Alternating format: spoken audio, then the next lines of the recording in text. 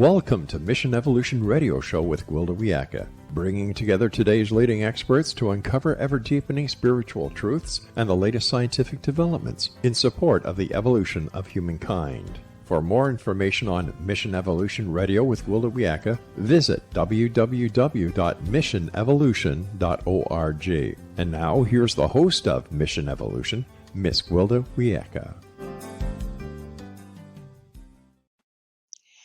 Did you ever wish you could bend reality and achieve the impossible? What does it take to surmount seemingly impossible challenges to transform your life?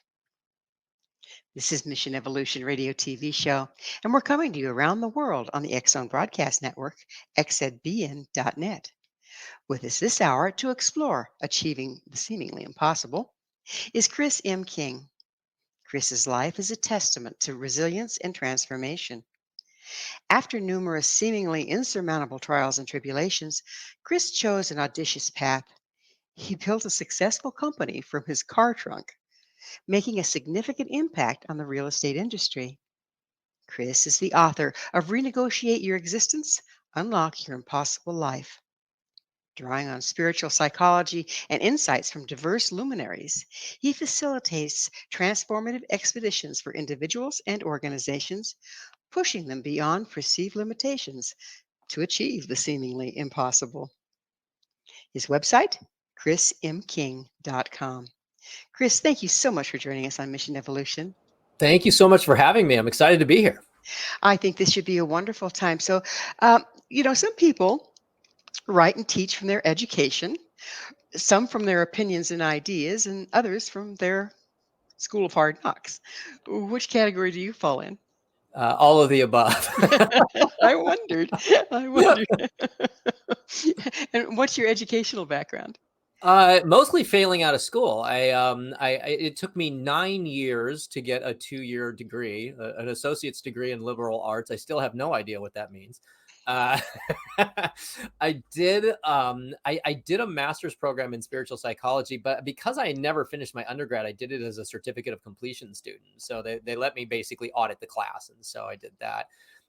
The rest of it was chosen training with organizations like the Flow Research Collective, the Flow Genome Project. I still train regularly with retired Navy SEALs, Army Special Forces.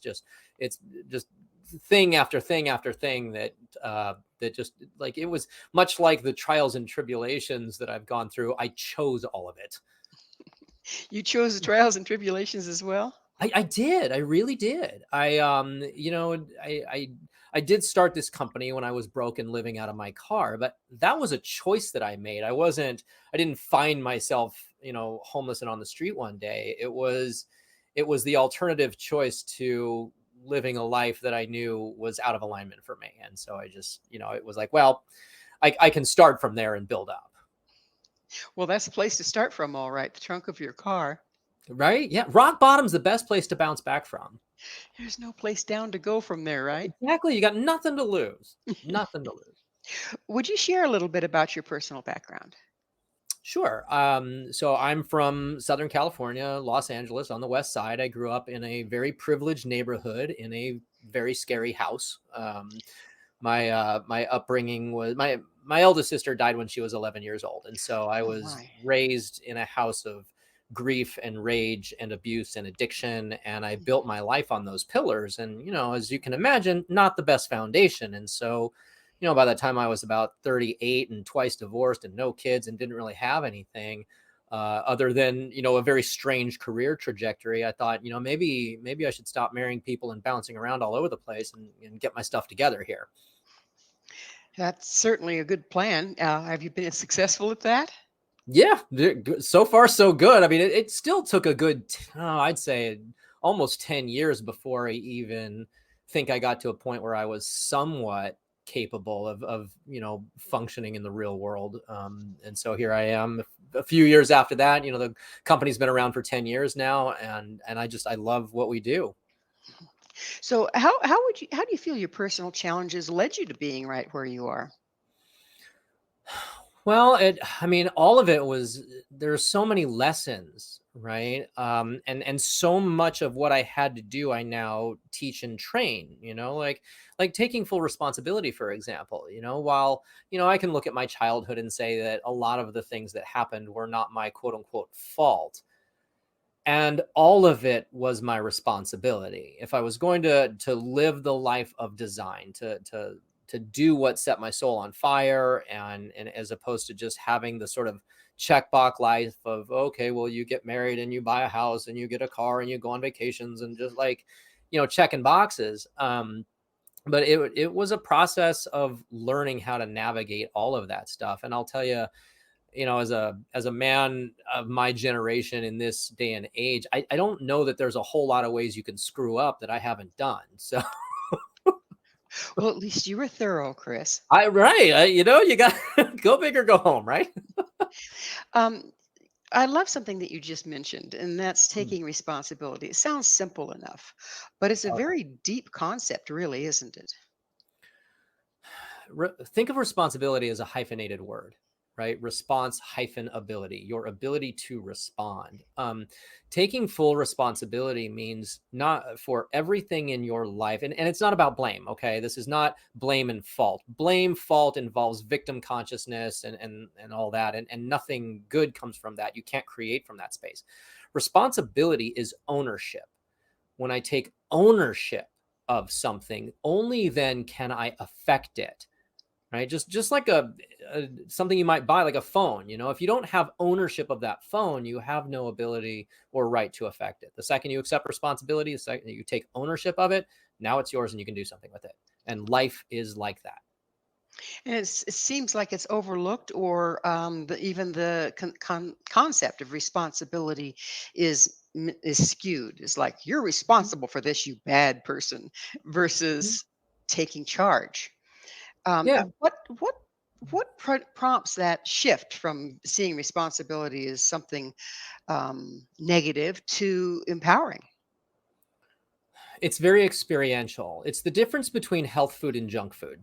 Okay. So if I eat nothing but junk food all day, like in the moment that I'm eating it, it's a lot of fun, right? But long term, it doesn't feel good. My body is just like, this is not great.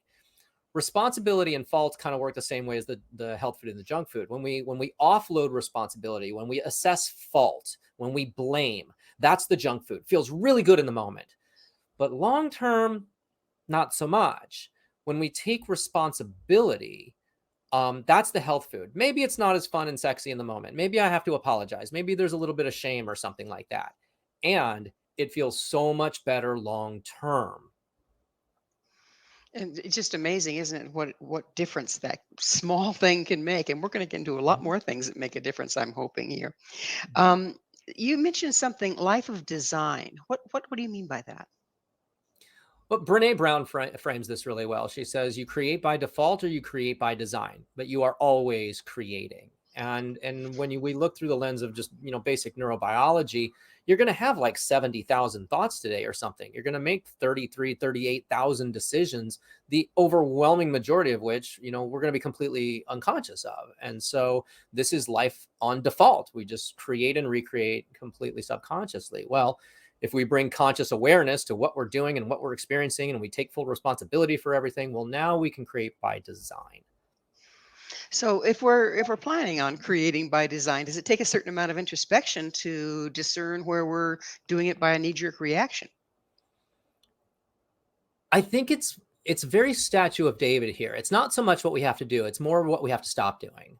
Right. The Okay. story of the Statue of David. Michelangelo said, "I didn't create David. I just had to remove all the stuff that wasn't him." This is the same kind of thing. You need to remove all of the stuff that's getting in the way, and again, because we bring a science-backed approach, I look at it through that lens. Basic neuroscience, feelings drive actions and actions produce results. And so the feelings that create the action of offloading responsibility, typically fear and shame, right? If we can work with the fear and shame and settle that, then the barrier to responsibility is gone.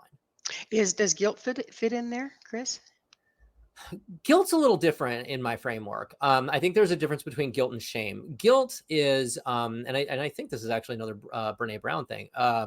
But guilt is I've done bad. Shame is I am bad.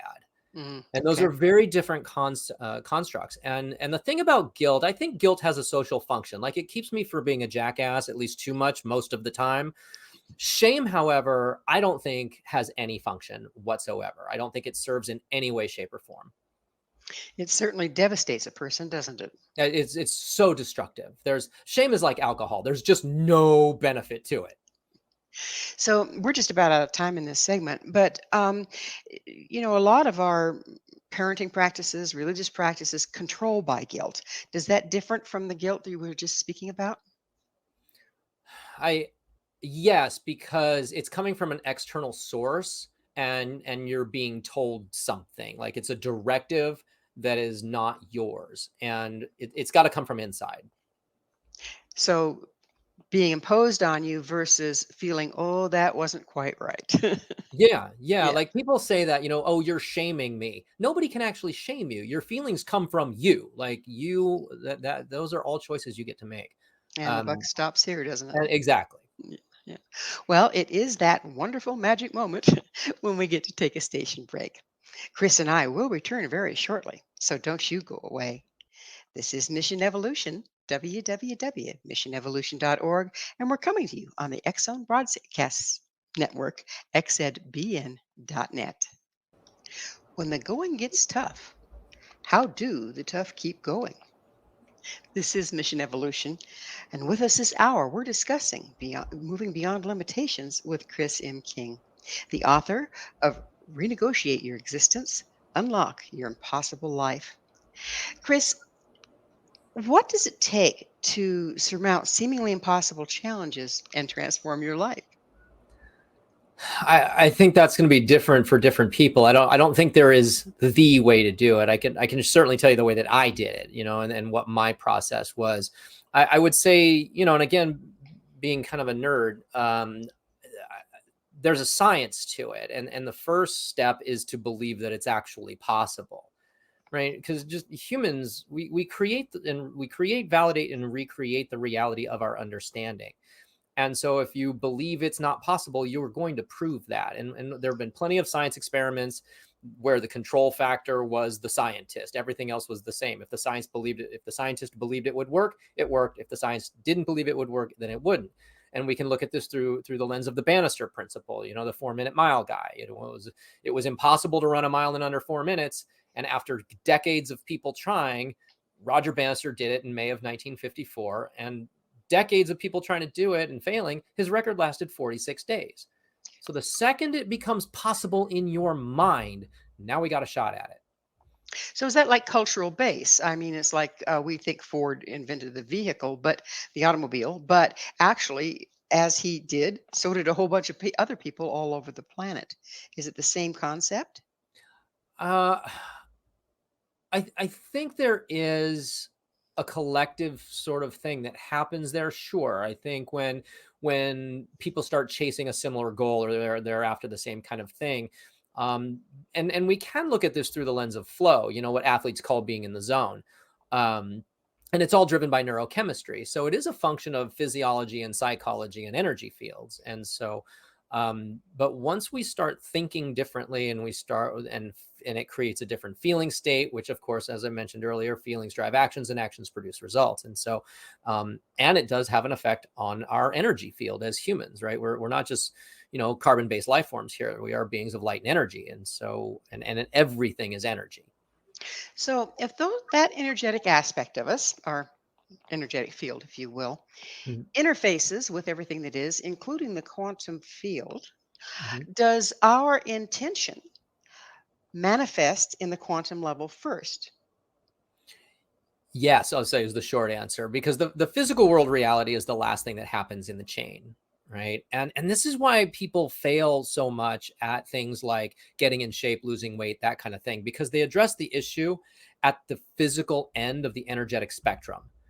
And the physical being the last thing that happens, well, now you got to swim upstream against the flow of reality, right? But if you address this in the energetic first, if you address this in the field, and start to change the frequency, then it comes through into your energetic body. It comes through into your DNA, and then into your subconscious, and then into your conscious, and then into your physical, right? It swims downstream, and that's a lot easier.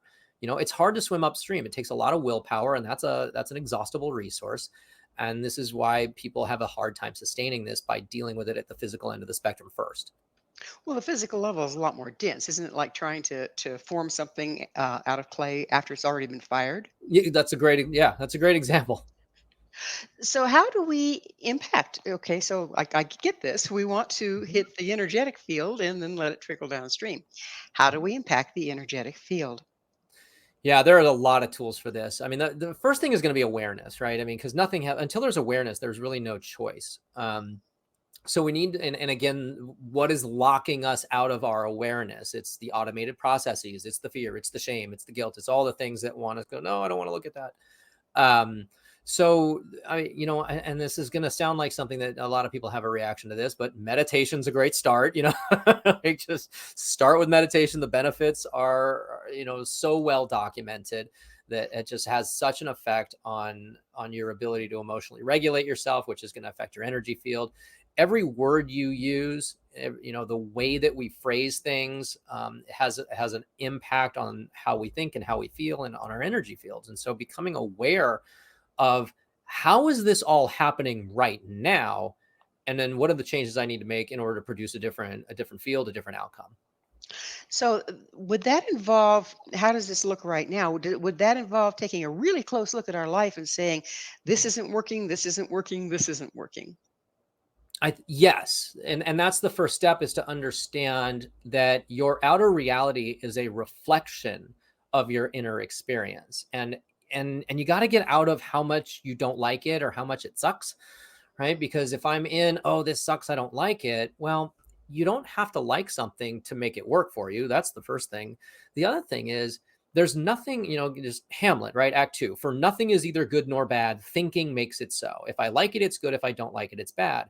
And people don't want to look at the bad. They don't like that experience. And again, there can be shame or fear or anger or whatever. But if we can look at your outer reality and say, this is informing me of where I am on the map. That's all it is. This is data points. You're not in the house you want to live in. Okay, that's a data point, right? What is the house you're in? What is the one you want to be in? What's the delta between those things? How did I get to the house I'm in? How do I get to the house I want to be in, right? Because again, you, the individual, is the sole creator of their reality. Do people? It sounds like to do this, you need to know what you want in the first place. And it seems to me like most people are just creating solutions to assumed problems versus what they really, really want. How do we find what we really want? Isn't that kind of the first place to start? Yeah, yes. I mean, that is definitely the first place, is what is it you really want? And understanding, is this an egoic desire or is this like a soul-centered kind of thing? When I went after my radio career, there was no ego in there. It was being on the air was an autotelic experience. Like I would do it just for doing it. It had so much juice. There was nothing in the world like potting up that mic, being live on the air, having no idea what callers were going to say and going back and forth. And there was so much juice in that. I certainly didn't for the money, because radio just did not pay well back then, and I can't imagine it does now. But it sounds really kind of campy because we've heard it so many times before. But don't do it for the money, kind of thing. If you do it for something deeper, the money will come. And so, getting connected to the thing you really want, to the thing that soul-centered, heart-centered, deep desire. That's where it has to start. And if you don't know what that is, well, there's all kinds of tools and processes to figure that out. And I would wager to guess few of us really do know what that is, because haven't we been programmed to want, by media and everything else, haven't we been programmed to want what'll give the system the most money? Well, here's the way to figure it out. A way to figure it out. And it's one of my top tools that I use for this kind of thing.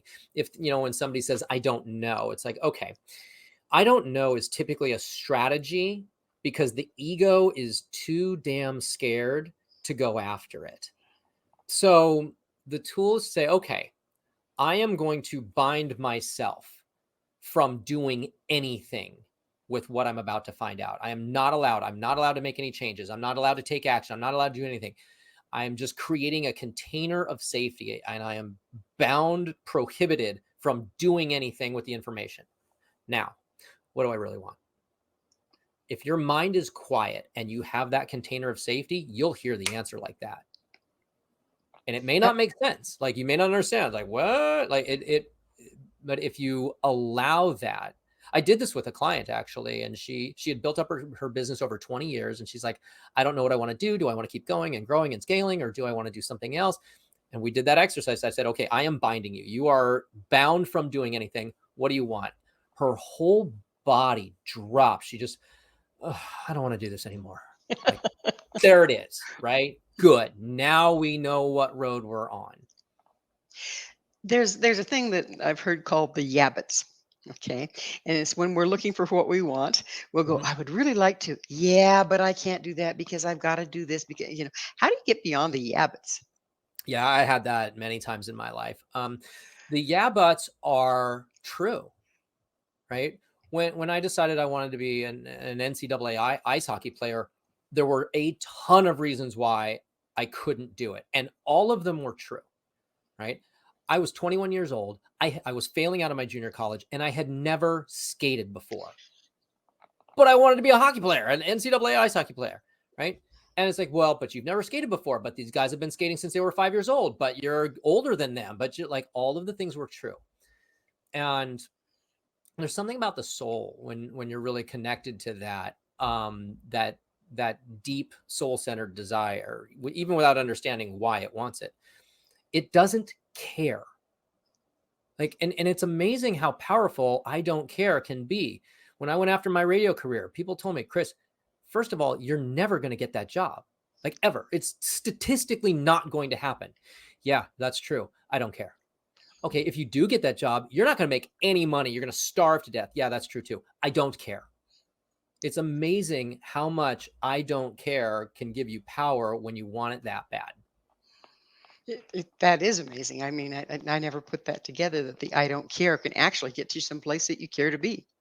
Yeah, well, and as I mentioned, you're going to prove the reality of your understanding. So if I decide to take responsibility for my experience and say, okay, well, what if I'm wrong?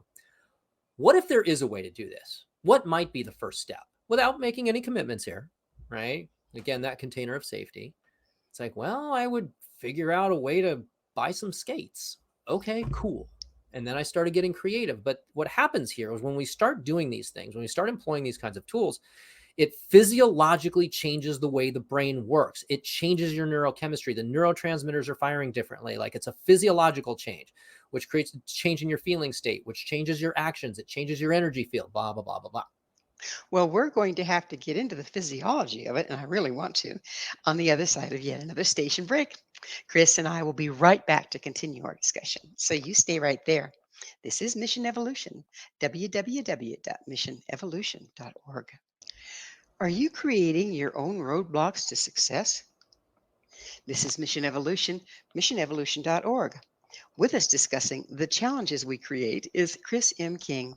His website, chrismking.com. Chris, we were talking about physiology here. What is exactly the physiology of manifestation? Well, that's a little tricky. It's the way I look at this is it's sort of like the lock on a door. Inside the lock, there's what we call tumblers. And only when the tumblers are perfectly aligned can the lock be turned and the door open. And what you want, whatever you want to manifest, whatever you want to create, whatever you want to experience, is on the other side of this door. And you need those tumblers to be aligned for you to get it. And so those tumblers are, number one, it's going to be like your energy field. Are you, and I'm just going to get really woo here for a second. Am I vibrating within the bandwidth of the frequency of the thing that I want? So right? Kind of like a resonance. Yeah, exactly. Is because if you're at, just like a radio station, if I'm at 95.5 and you want to hear 106.7, well, there's a disconnect here. You're not going to get that station, right? So the thing you want is at a certain frequency. And are you living in that frequency. You know, this is kind of why they say dress for the job you want, not the job you have, because what you're wearing will have an effect on your feeling state and your frequency and your neurochemistry and blah, blah, blah, all the things, right? So and those are the other things, right? So there's the energetic alignment, there's your thoughts, your feelings, your actions, like those are all the tumblers. And the trickiest one is your belief system, right? Everybody has an operating system in their head, and every individual is the sole architect of that system. And that system was written and coded by the time the individual was about 6 years old. And that becomes their rules of life. And this is why we can't explain somebody else's actions through our set of logic, through our belief system, because they're dealing with a different thing. So I said, don't assign your logic to my behavior, because there's a good chance you're going to be wrong, because I'm dealing with a different set of rules. So, and of course, because the belief system was written by the time we were 6, and we have practiced it and validated it and revalidated it for the last however many years you've been alive, it's really tricky to make the unconscious conscious, so we can shift into a different reality, have a different experience on the planet. I'd like to throw another element in here, just for fun. Okay. How much of this predisposition to buying into a particular reality is passed on to us before we're ever born through our DNA? Yeah, I mean, there's some interesting intergenerational family patterns. There's and I think that probably has to do with frequency as well. I think that we're probably born of similar frequencies, that parents and genealogy and what have you. And it does boil down to the individual. It's like, look, it's we've said 10% of life is what happens. 90% is how you deal with it, how you relate to it, right? And what one of my teachers said is how you relate to the issue is the issue. And so it is a function of that alignment. So I could sit here and say, oh, it's because my dad, or it's because my mom, or because my grandparents, or because my family history, or because, I'm Italian, or, whatever thing you want to throw in there. But ultimately, anything we do that offloads our responsibility, that tells us here's the justification or the reason for something. Even with clients, I tell them, I say, I sound terribly insensitive sometimes. And I kind of joke. I say, look, it's not that I don't care about, what happened in your childhood. Actually, that's exactly what it is. I don't care. Like, I don't care what happened in your childhood, because, even if like, well, why am I like this? I don't care, because I'm going to deal with it the same way. The fact is, you are like this. And is it aligned or misaligned with where we need to go? I'm going to treat it. If you want to spend the time and dig around your childhood and figure it out, we can certainly do that, but we can move a lot faster if we don't have to get stuck in that. And because the brain doesn't really understand what's happening, it only understands what we tell it. The more we live in the past, the more we vibrate in that frequency, we just recreate that reality. It's like, no, we're going to get out of the past. We're going to get our heads moving forward. So, and if nothing else, it's a function of speed. Success loves speed. Keep on moving, right? Right, just go, right? Like, if we get stuck in the past, I mean, people create an identity sometimes around working on their issues. People have been in therapy for decades, been in therapy for 5 years. I'm like, still, really? Like, I don't get it. Like, you should be done by now. Like Carolyn Meese said, you're still working 40 years later on something that was a 10-minute event in your life? Yeah, What's wrong with this picture? yeah. So what I was trying to get at about the what's passed down to us is there a way we can overcome it, circumvent it, so it's not a subconscious or unconscious response that holds our frequency someplace that we want to transcend? Yeah, I mean, if it is handed down to us, we can do with it whatever we want, just like a family heirloom. Like, you don't have to carry this forward. You can if you want to. And my woo friends on the West Side, they talk about this a lot. It's like, it's up to me I have the opportunity here to heal this for my generations moving forward and going back. So it's, how do you relate to it, I guess, is the question. So what is spiritual psychology? Hippie school. Hippie school, I like it. So, Right in hippie there. school. Right. Yeah, it's, there are a lot of these programs out there that have very similar kind of content. I did a 2-year program. And I didn't do it because I thought I would ever build a career on it. I did it because it really resonated with me. It sort of spoke to like, and I knew a lot of people that had been through that program. I'm like, these are kind of my people. So maybe I need to look at this. But the principle that they work with is not so much that you are a person who possesses a soul, but you are a soul having a human experience. I actually kind of like what Dr. Joe Dispenza says about this. He takes it a step farther. He says, you're actually an energetic being having a spiritual being having a spiritual experience at the physical end of the energetic spectrum. That really lands for me. Just, my old man's an electromagnetic compatibility engineer. So when it gets nerdy like that, it works for me. I understand, and I love the way the woo woo and the science are really starting to come together in this time in our life, where before there wasn't the explanations for it in the When I was a scientific kid, I community. saw that as the Holy Trinity, like the spirituality, science, and philosophy, if you will. Like all that kind of came together. So, if we're listening to personal growth modalities and all this kind of stuff, how do we move beyond those cookie cutter kind of things into designing our own manifestations, our own wants in our lives? Uh, Go to the buffet. Take what you like and leave what you don't. Use what works and drop what doesn't. Like there's no one way to do this. I don't think. I will say that personal development is a function of personal destruction. You want to build a new casino, you got to blow the old one up first. So, you speak a bit about mindful intentionality. Mhm. Would you mind going into that a little bit for us? Sure. Well, give me some context here. I can go down a lot of rabbit holes. Oh, get my bunny ears on. Right. Um, we've kind of brushed over or danced around how much intention plays a role in Mhm. what we manifest. Mhm. Um, so I guess that's where I'm trying to go. How can you be mindful of what you're intending? Yeah, I mean, look, this work is shockingly uncomplicated. It's not easy, but it's not complicated. Setting a affirmative intention about something and keeping it kind of in your awareness can have a powerful effect. Like what we focus on expands. We know that, right? And if I were to say something, like if I were to do a speaking engagement, I do a lot of speaking engagements, and I set the intention that morning, say, okay, my intention is to be light, is to be succinct, and to be clear.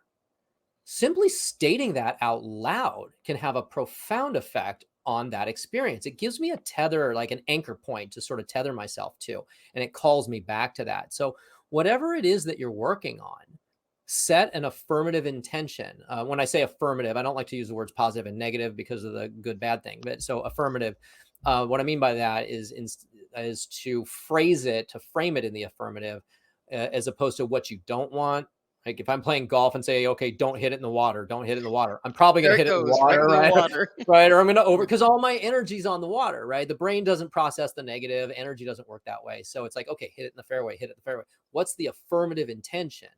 And then keep your attention on it, and it will have an effect. Even in terms of physical world reality, at the subatomic level, looking at an object has a physical effect on that object. We can measure it. So, Seriously. yeah, Is it yeah, like the observer effect that we hear so much about? right,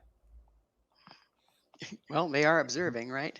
right. Do you find that kind of keeping track of what you've intended, consciously intended, and then seeing how it goes for you and checking back with what you intended to go, oh, that's where that fell in there. Do you Yeah, find that is useful? I think so. Working or not working, right? Kind of do some analysis on, well, I've done this and this hasn't been working. So, okay, do something else, right? We're about out of time in this segment, but I want to open up a big topic here. Mhm. It's like sometimes we say, I want such and such. I really want this. But Mhm. we don't understand what we have to let go of or change or face in order to manifest it. Mhm. Um, is there a way to, and we'll have to look at this on the other side of the commercial break, but we're looking for ways to set aside the things that we don't want to have without focusing on them, and incorporate it into our intention. Does that work for where we're opening up on the next side? Love it. All right. This, please stay with us as Chris and I continue to explore manifesting the seemingly impossible. This is Mission Evolution. www.missionevolution.org. Stay right there. We will be back. What does intention have to do with anything? This is Mission Evolution, missionevolution.org. We're continuing our discussion with Chris M. King. His website, chrismking.com. Chris, we were just looking at intention, and it seems like, in my experience anyway, when I set a very clear intention, I've done a good job of that, right? All of a sudden, everything that stands between me and that intention, whether I knew about it or not, is up in my face to be cleared. What's going on there, and how do we work with that? Well, this is why we say be careful what you wish for. Right? Because when we set an intention for something, and if it's really true, right? And true as defined by aligned, right? Then all the things that have been preventing that are going to be up for review. And so it's going to be the barriers, it's going to be the blocks, it's going to be like all the triggering events and things like that. It's like, okay, well, if you want that, you need to clear the decks here. So here's that not enough story that you need to clear. Here's that I'm not good enough, or I'm not lovable, or like these things are going to pop up. If you are going to be a good steward of your mission, then the requirement is to do what needs to be done in order to manifest that.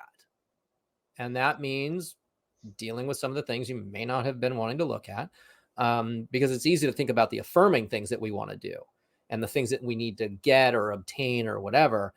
Sometimes it can be a lot harder to look at the things we have to let go of. Or transmute or whatever.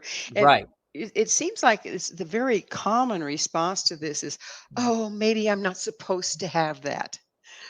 Versus, because we're meeting with resistance, rather than reframing it into, oh, well, this is what I have to pay to get there. Is it worth it to me?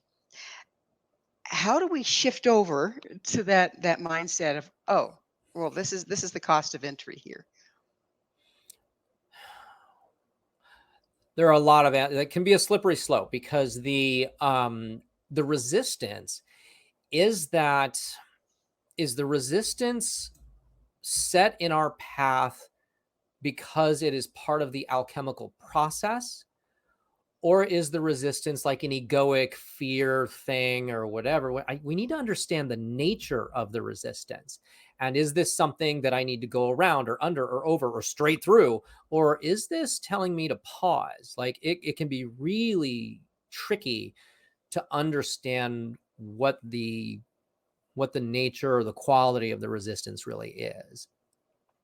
Can we facilitate finding that by going back to what we intended in the first place and seeing how it fits in? Yes, it may not even be, because that gets really mental very quickly. And the mental stuff can really get in our way, because I mean, look, when it comes to the mental game, I can go pro or con all day long. I can validate or invalidate whatever I want. I can do circles around myself mentally. And this is why meditation is so good. And I love the way that somebody had framed this for me really beautifully once. Said the difference between prayer and meditation is that prayer is talking to God. Meditation is listening. And I think if your mind is clear enough, and I know in my experience, when my mind has been clear enough and I've asked a question, I typically hear the answer as soon as I think the question. Interesting. No lag time.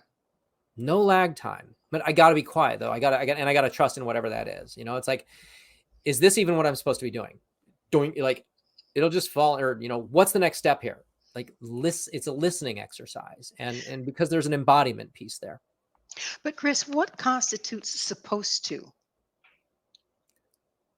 When I might need a little context on that. I tend to not believe in supposed to.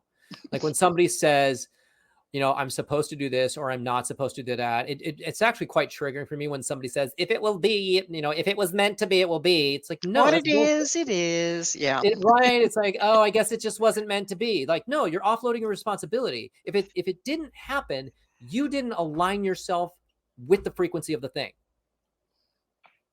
And that Now, you didn't move through that to do right. so, right? Right. Now, there's also the full investment with zero attachment angle. So just because I didn't get the thing, it doesn't mean I failed or whatever. That it's sometimes the universe, in my experience, is not above bait and switch. In fact, it uses it quite frequently. It'll show you something and say, hey, here's the thing. And you go, ooh, and I get all excited and I start traveling down that road to the thing, only to get halfway there and realize there's a new road that goes in a new direction. Go, oh, that's the thing. And then I go in that road. So, but had I not taken the first journey towards the first thing, I never would have found the second one. So full investment with zero attachment is a concept that we work with quite a bit. So when we look at reality, and of course everybody has their own concept of it, but if we look at the larger reality, we're all in this soup, and people talk about destiny and predestined. Is it kind of a marriage of the reality and surfing the wave of reality to find our sweet spot versus being able to totally shift reality completely and manifest something um, without context? Well, I think it boils down to what is true. If I'm understanding your question, think about truth as tuned. Like if I and I don't when true I don't like true or false. This is a slightly different context. It means aligned or misaligned. When I say true, I mean correct, right. I don't mean moral. I don't mean accurate in terms of data point. I mean aligned. If I take my mountain bike into a shop and I tell him to true the wheel, it means like there's a wobble in the wheel. I need you to align it. I need it to be straight. And it's like a piano being in tune or something like that, or a guitar. The E string is E. There's no debating it. It's true. It's in tune. And your human system can tune into that resonant frequency, right? The truth is a frequency. My truth and the truth are not the same thing. My truth is all about my opinions and preferences. The truth is that frequency that's not debatable. And that's what I'm tuning to. And I love what Jordan Peterson says about truth. He says, whatever happens to telling the truth or living in alignment with truth is the best thing that could possibly happen. It kind of plays into a whole truth, doesn't it? Yeah. This time in the show when I get to ask you, Chris, what's your mission? That's a powerful question and very timely. My oldest friend that I have known since we were 13 died about 3 months ago. I'm sorry. And it created, no, it's fine. Thank you. It created a moment, actually, and when I say moment, I mean a couple of months of real pause and reflection, and just thinking about my relationships, thinking about my company, and I'm like, and I recognized that there was in the nonprofit world, we would call it mission drift. It's like, what am I doing? Like, what? Okay, I built this thing and it's moving in this direction. It's like, where am I going again? And so there's been this really interesting kind of rethinking, reimagining, and reconnecting with that. And I think what I'm coming to now is that the mission of this organization is much bigger than I originally thought. It's about twice the size of what I thought. I went, oh, there's a whole other piece here. And so now I've been kind of noodling on that, and we'll see where it takes us, but I'm really excited about it. That's the other piece is we might have a direction that we're going, like you did, and then interstage left something we unexpected, like COVID-19. Okay. And then it shakes up. Does it shake up the tune, the true, the alignment? I'm not the architect of the universe, so that's a tricky one. I do think as long as we continue on the path of the truth, as long as we keep tuning ourselves to that and trusting in it, it's a big trust and surrender piece, you know? And I'll tell you what that looks like from my own life. My last romantic partner, fiance, And she, to this day, she's one of my closest friends. But we broke up a couple of years ago. My truth was, I wanted to stay in it and fix it and figure it out. The truth that I think I felt on a deeper level was that to really alchemize this for the next step of both of our evolution, we have to let go of what we built here and move beyond that. And now we're in a wildly different relationship, but we can show up for each other now in a completely different way that gives us so much more power and energy and support. And it's like, wow, if I'd have just clung on to what I wanted, to my truth, and if instead of surrendering into the truth, I'd still be grinding away with her, and we'd be a mess. Well, we are just about out of time in the entire show. But real quickly, what do you see the world looking like if more people start to become co-creators of their existence? Well, I think that's going to scare a lot of people. The powers that be are going to get real upset real quick. The world is like clinically run by psychopaths, and when people stop buying into the victim consciousness, when people take responsibility for themselves and their lives and their universe and start co-creating with source, spirit, universe, God, consciousness, whatever you want to call it, then the world can really change and transform. But I tell you what, we got to stop fighting with each other, right? Boy, isn't that the truth? Yeah, Item number one, like you did with your former fiance. that's If it. we stop fighting and stop demanding things that neither one of us is able to give, maybe we can create something. Exactly. So it is that time. We are out of time. Chris, thank you so much for coming on the show. My pleasure. Thank you so much for having me. It was such a uplifting conversation for me. Thank you, Chris, for me as well. Our guest this hour has been Chris M. King. Chris is the author of Renegotiate Your Existence, Unlock Your Impossible Life. To find out more about Chris, where you can find his book and all that he has to offer, visit his website, chrismking.com. This has been Mission Evolution with Gwilda Wiyaka. For more information or to enjoy past archived episodes, visit our website, www.missionevolution.org. But please, be sure to join us right here next time. This mission will continue, bringing information, resources, and support to our rapidly evolving world.